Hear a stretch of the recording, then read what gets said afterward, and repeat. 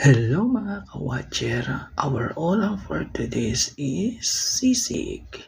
Sisig na bangus ang gagawin ko mga ka-watcher.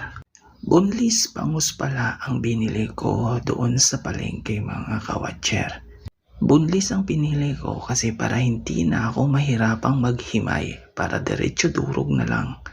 Ayan na po, dinurog-durog ko na sa kutsara.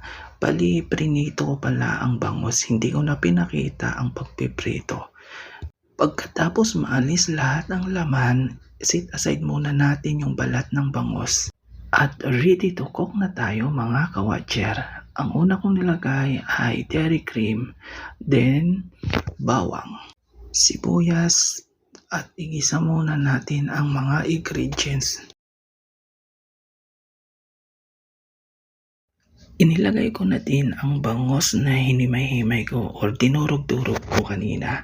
Then mix muna natin ang sangkap at nilagyan ko din ng paminta. Unting patak ng toyo, liquid seasoning,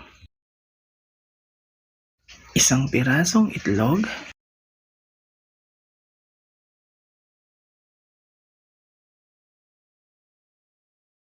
haluin natin para mag-mix ang itlog sa isda nating bangus mga ka-watcher. Nilagyan ko na rin ng siling green.